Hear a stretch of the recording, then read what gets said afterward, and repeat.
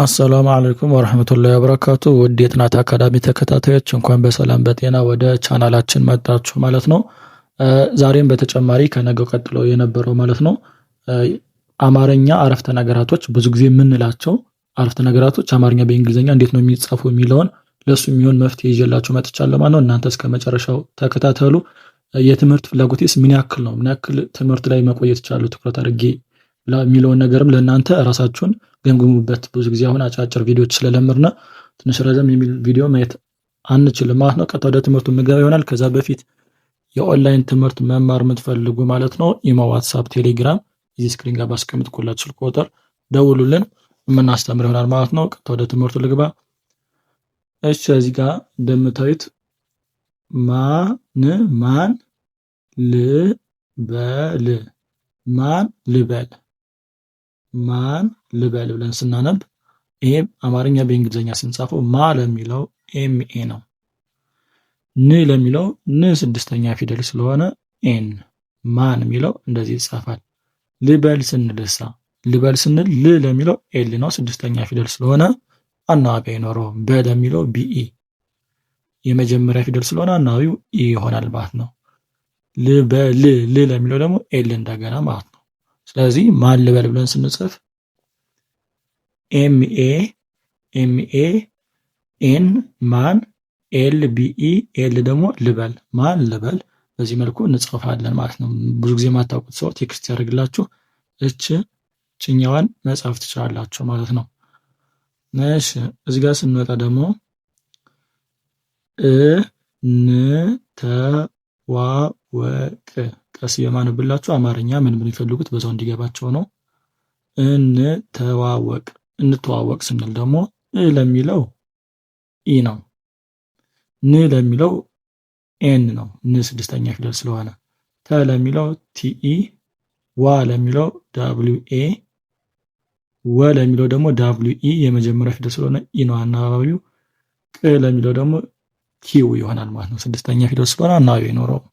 እንተዋወቅ ብለን ስንጽፍ ስለዚህ ኢኤን ቲኢ ዳብሊው ኤ ዳብሊው ኢ ኪው እንተዋወቅ። ይሄ ደግሞ ማወቅ የምትፈልጉት ሰው እንተዋወቅ ብላችሁ እችኛዋን ቴክስት ማድረግ ትችላላችሁ ማለት ነው። ስለዚህ ከሁለቱ ሁለት አግኝታችኋል።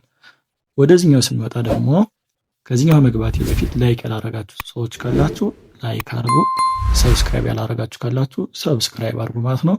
እሺ ወደዚህኛው ስንመጣ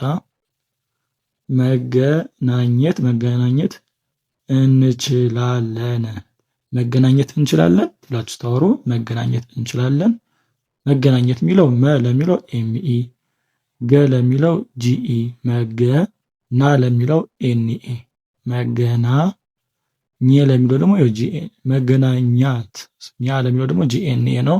ት ለሚለው ደግሞ ቲ። እቺ ኘ ማድረግ ትችላላችሁ፣ ኖርማል ነው። ከዚህ ላይ ኢ ይሆናል ማለት ነው። መገናኘት የሚለው እንደዚህ ይጻፋል ማለት ነው። ኤምኢ ጂኢ ኤንኤ ጂኤንኢ ቲ ማለት ነው። እንችላለን የሚለው ለሚለው ኢ፣ ን ለሚለው ኤን፣ ቺ ለሚለው ሲኤች፣ ላ ለሚለው ኤልኤ፣ ለ ለሚለው ኤልኢ እና ን ለሚለው ኤን።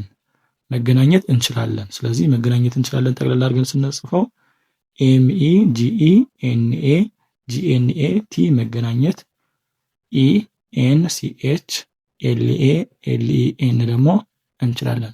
ስለዚህ መገናኘት እንችላለን ስሩ እንደዚህ ትጽፋላችሁ ማለት ነው። ከሶስቱ ሶስት አገኛችሁ ማለት ነው። ማን ልበል የሚለውን ቻላችሁ፣ እንተዋወቅ የሚለውን ቻላችሁ፣ መገናኘት እንችላለን የሚለውን ቻላችሁ ማለት ነው። እሺ ወደዚህ ስትመጡ ደግሞ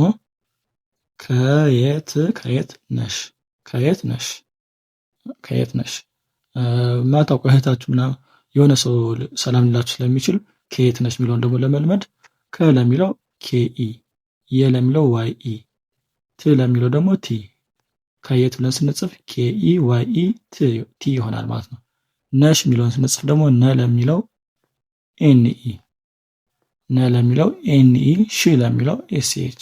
ስለዚህ ከየት ነሽ ብለን ስንጽፍ ኬኢ ዋይኢ ቲ ከየት፣ ኤንኢ ኤስኤች ደግሞ ነሽ ማለት ነው። ስለዚህ ከየት ነሽ እንደዚህ ይጻፋል ማለት ነው። ከየት ነሽ ማታውቁት ሰው ሰላም ሲላችሁ ማለቴ አገሩ ማታውቁት ሰው ሰላም ሲላችሁ ምጽፉት ነው። ስለዚህ ከአራቱ አራት ታገኛችሁ ማለት ነው። አምስተኛው ደግሞ ተዋወቃችሁ። ስለዚህ ነገ እመጣለሁ። ነገ እመጣለሁ ስንል ደግሞ ነ የሚለው ኤንኢ ነው። ገ የሚለው ደግሞ ጂኢ። ቅርታች በስህተት ነች፣ አራት ኖር ማለት ነው። ኤንኢ ጂኢ ነው ነገ ማለት ነው። ነገ ስንጽፍ ኤንኢ ጂኢ ነው ነገ። እመጣለሁ የሚለው እመጣለሁ። ለሚለው ኢ ነው። መ ለሚለው ኤምኢ ነው። ጣ ለሚለው ቲኤ ነው። ቲ ለተቱም ያገለግላል። ለሚለው ኤልኢ ነው።